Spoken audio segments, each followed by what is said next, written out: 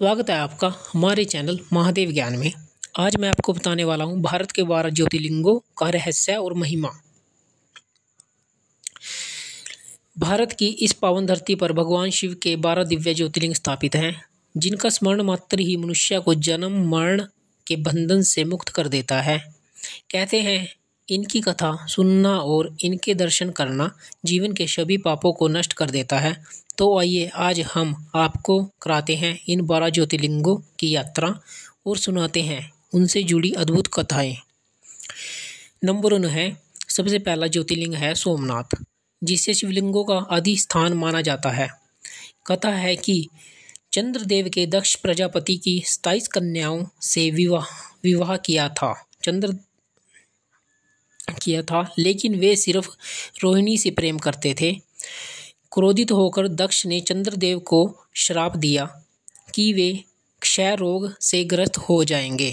चंद्रदेव ने तब घोर तपस्या की और भगवान शिव प्रकट होकर उन्हें रोग मुक्त किया। वह यही स्थान आगे चलकर सोमनाथ कहलाया। सोमनाथ का इतिहास भी अद्भुत है। इसे कई बार आक्रमणकारियों ने तोड़ा, लेकिन हर बार यह पुनः स्थापित हुआ। आज भी यह मंदिर आस्था का जीवंत प्रतीक है। नंबर 2 है, दूसरा ज्योतिर्लिंग है मल्लिकार्जुन, जिसे दक्षिण का कैलाश भी कहा जाता है। कथा है कि जब कार्तिकेय अपने विवाह के समय नाराज होकर पर्वतों की ओर चले गए, तो भगवान शिव और माता पार्वती अपने पुत्र के पीछे आए और यही निवास करने लगे। तब से यह स्थान मल्लिकार्जुन ज्योतिर्लिंग कहलाया। नंबर 3 है महाकालेश्वर ज्योतिर्लिंग। मध्य प्रदेश के उज्जैन में स्थित महाकालेश्वर ज्योतिर्लिंग अद्वितीय है, क्योंकि यह अकेला ज्योतिर्लिंग है जहां प्रतिदिन भस्म आरती होती है। कथा है कि उज्जैन में दूषण नामक राक्षस ने आतंक मचा रखा था। भक्तों की रक्षा के लिए भगवान शिव प्रकट हुए और राक्षस का वध कर यहाँ महाकाल के रूप में विराजमान हो गए। विशेषता यह है कि यह ज्योतिर्लिंग दक्षिणी मुखी है, जो संसार में और कहीं नहीं मिलता। नंबर 4 ओमकारेश्वर ज्योतिर्लिंग। नर्मदा नदी के बीच स्थित एक द्वीप का आकार ओम के नाम से है। ओम के समान है, नाम से नहीं सॉरी दोस्त, ओम के समान है। यही प्रकट हुआ है ओमकारेश्वर ज्योतिर्लिंग। कथा है कि राजा मदांता ने यहाँ कठोर तप किया था। उनकी भक्ति से प्रसन्न होकर शिवजी ने यहाँ प्रकट होकर ज्योतिर्लिंग रूप धारण किया। नंबर 5 है केदारनाथ ज्योतिर्लिंग। उत्तराखंड में स्थित है दोस्तों।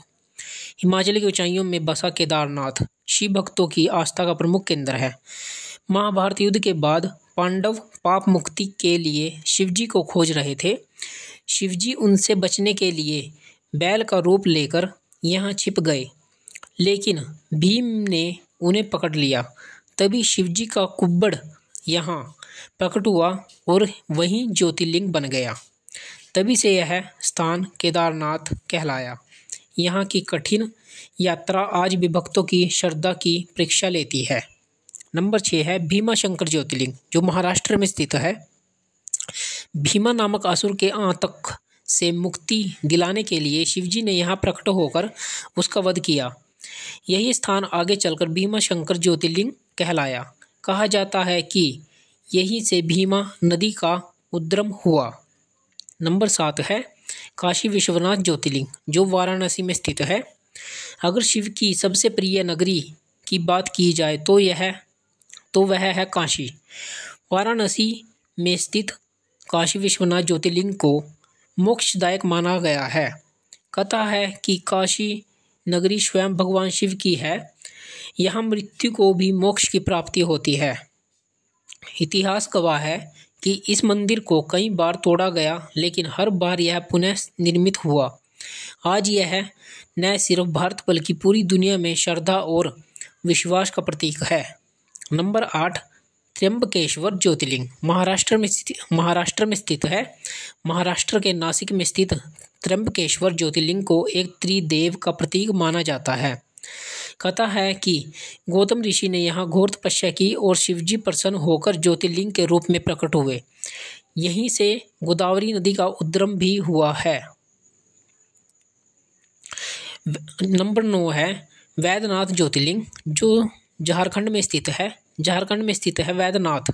कथा है कि रावण ने कठोर तप कर शिवलिंग यहाँ स्थापित करना चाहा।